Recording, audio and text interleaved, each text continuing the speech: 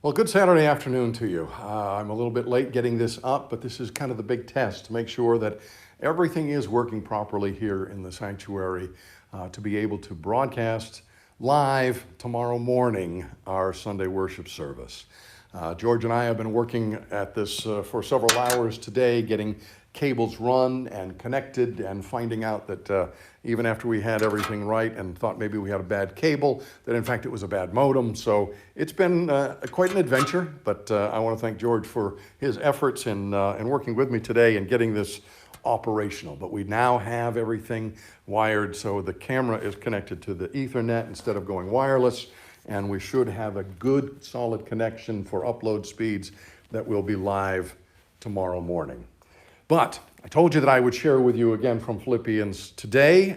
Try to get this up usually by about 11 o'clock, and it's now 1:15. So I'm a couple hours behind because we were working on that. But I want to read to you from Philippians chapter 1, verses 15 through 18. And then tomorrow morning, I'll pick it up at verse 18 and continue on through 26.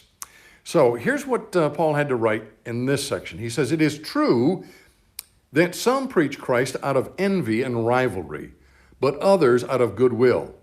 The latter do so out of love, knowing that I am put here for the defense of the gospel.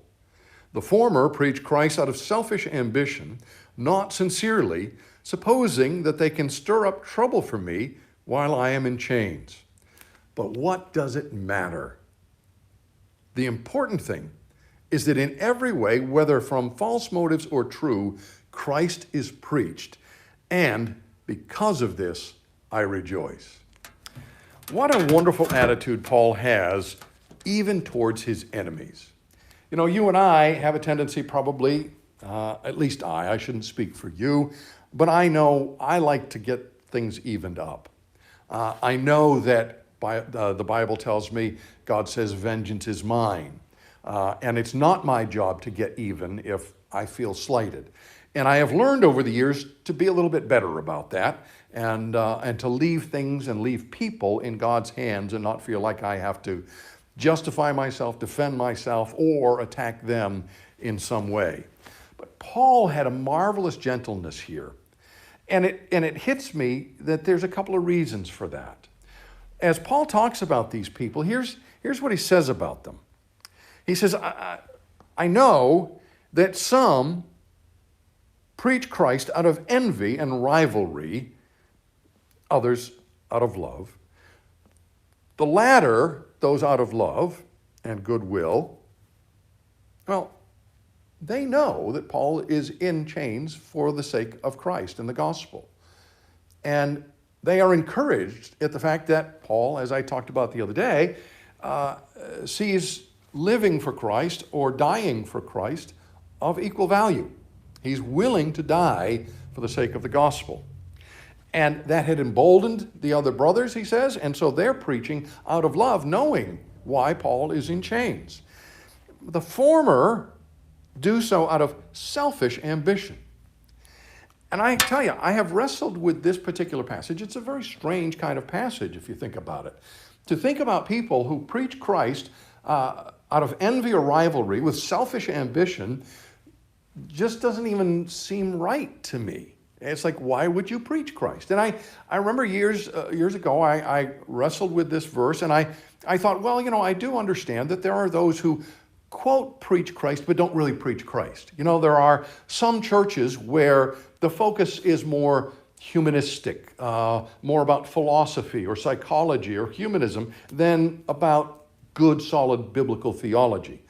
And there are many churches like that. And so I first thought about that, but they're not really preaching Christ. They're preaching man's philosophy and psychology.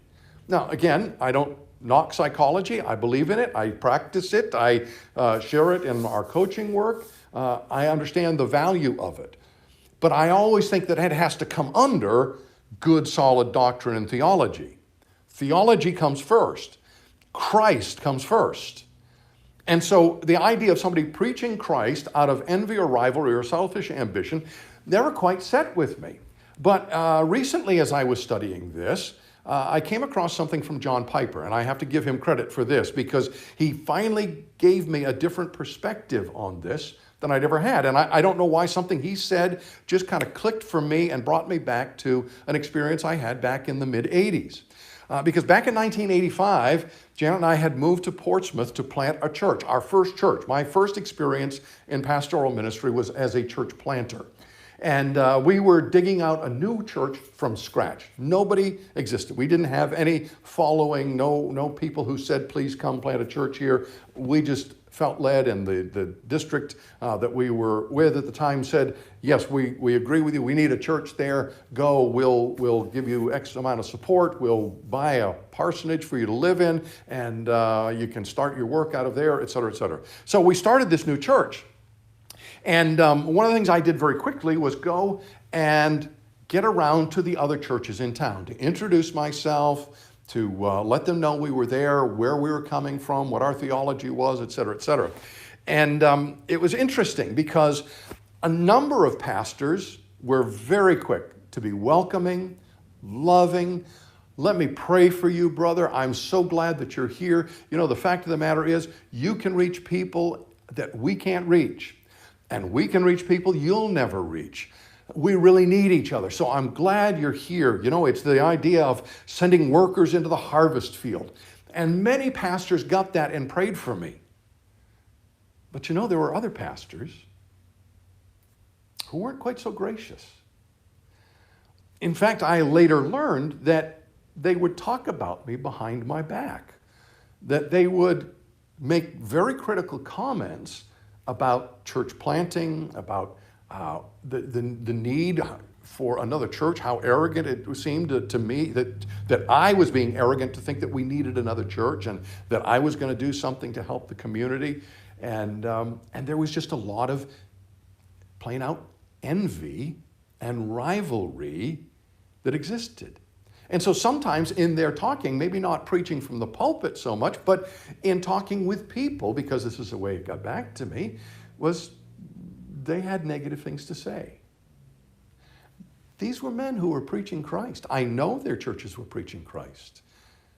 They were evangelical churches. But there was envy and rivalry, uncalled for, unnecessary, but it existed.